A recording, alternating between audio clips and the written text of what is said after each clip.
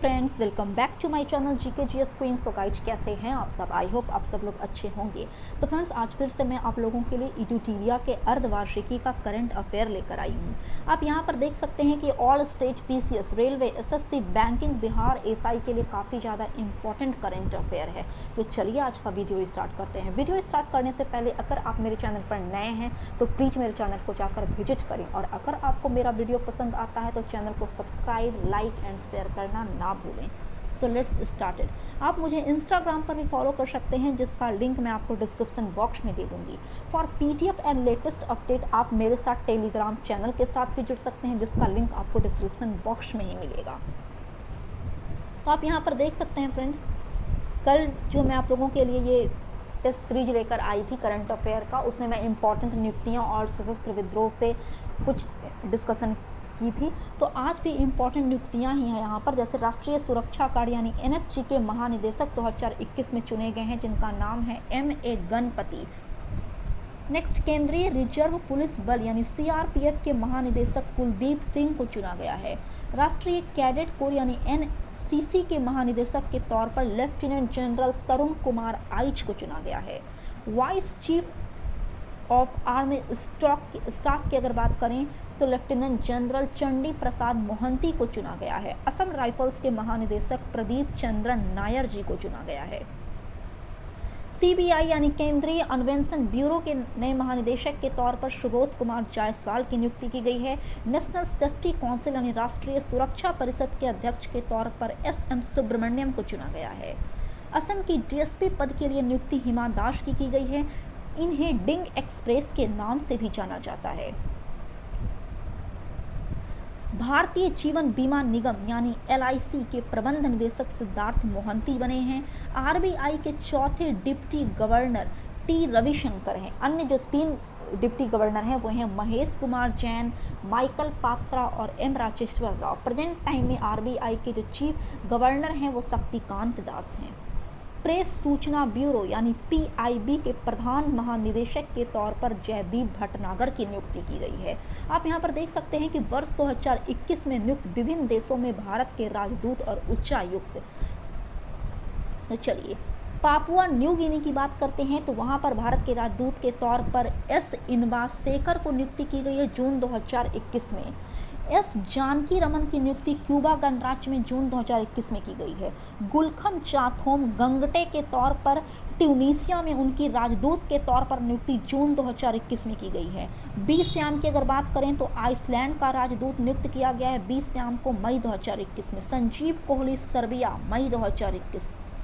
Alok Ranjan Jha Belarus मई 2021।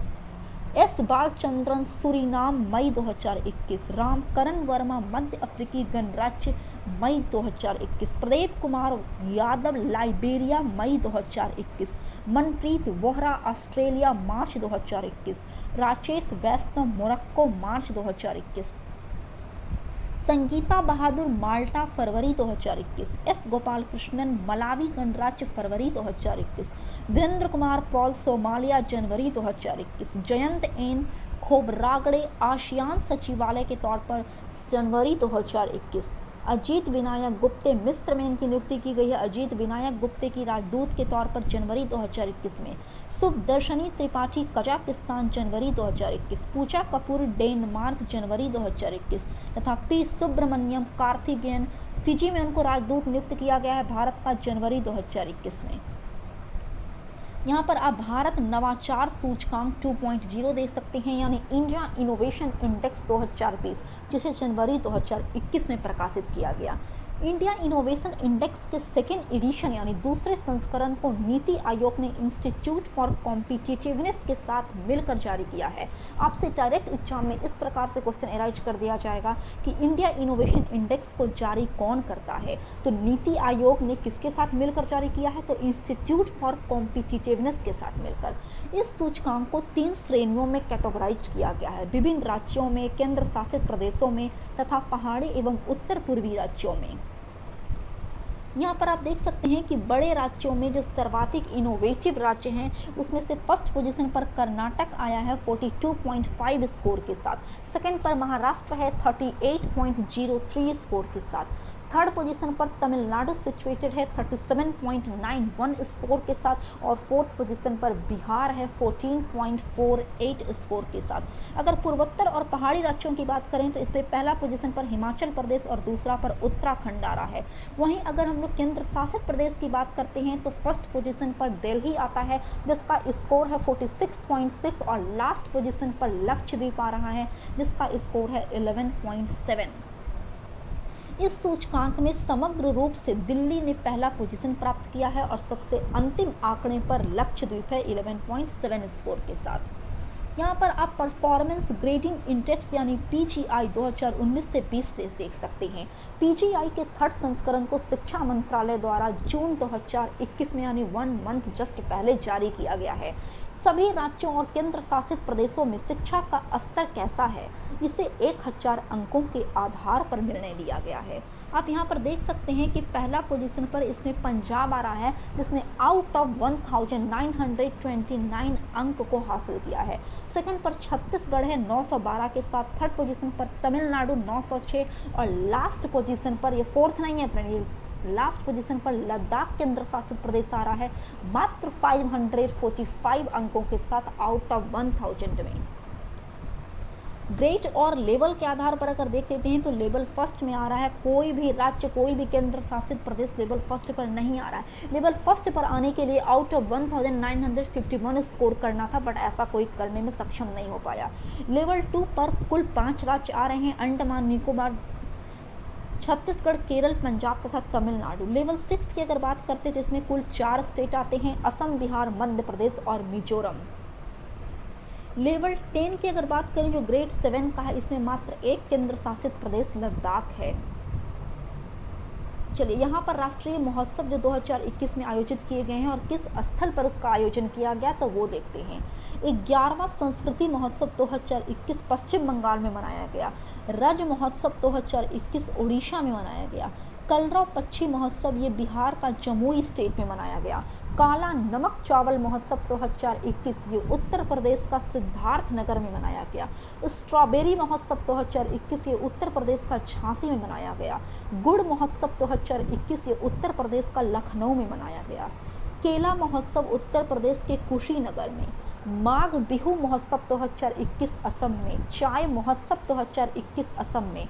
शिल्प ग्राम महोत्सव 2021 असम में। सिग्मो महोत्सव 2021 गोवा में। अंतर्राष्ट्रीय योग महोत्सव 2021 उत्तराखंड का एक पार्टिकुलर क्षेत्र है ऋषिकेश, वहाँ मनाया गया। आदि महोत्सव न्यू दिल्ली में। कंचोथ महोत्सव जम्मू कश्मीर में। मांडू महोत्सव मध्य प्रदेश। तोशाली राष्ट्रीय शिल्प मेला ओडिशा में। कनुमा महोत्सव आंध्र प्रदेश में। आइस क्लाइंबिंग महोत्सव लेह में। अट्टूकल पोंगल केरल में तथा सांगकेन महोत्सव जिसे जल उत्सव भी कहा गया वो अरुणाचल प्रदेश में मनाया गया। तो चलिए फ्रेंड आप यहाँ पर से जून 2021 में जो भी इम्पोर्टेंट घटना घटी हैं जस्ट एक मंथ पहले तो उसके बारे में हम लोग ब्रीफली से डिस्क्राइब करेंगे।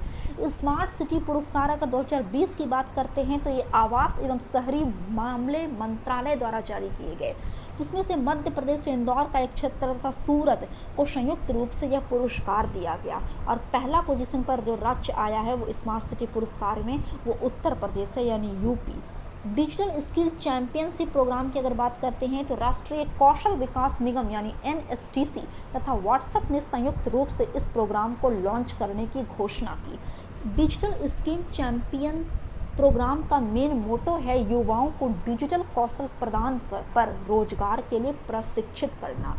गोवा की अगर बात करते हैं तो गोवा रेबीज मुक्त होने वाला ऑल ओवर इंडिया का फर्स्ट पोजीशन का स्टेट बन गया है। रेबीज नामक बीमारी कुत्ते के काटने से होती। तो आपसे कितना अच्छा यहाँ पर करंट अफेयर दिया गया है। आपसे पूछ सकता है कि वह कौन सा भारत का पहला राज्य है जो रेबीज मुक्त बन चुका है, तो वो गोवा है।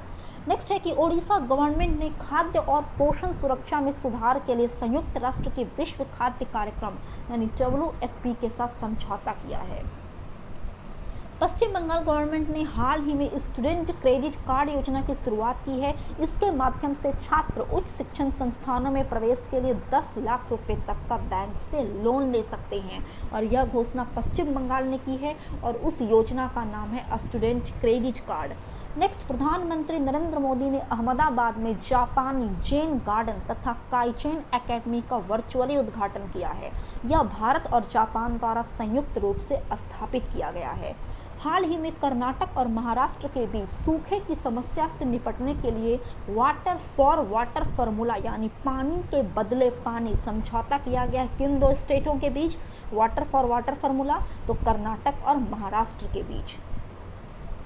Project oxygen for India Bharat के प्रधान वैज्ञानिक सलाहकार के कार्यालय द्वारा भारत के अस्पतालों में ऑक्सीजन की आपूर्ति सुनिश्चित करने के लिए यह पहल की शुरुआत की गई है। Project oxygen for India. Bharat सरकार ने तमिलनाडु में सड़क नेटवर्क को अपग्रेड करने के लिए एटीबी के साथ $484 मिलियन का ऋण समझौता किया है।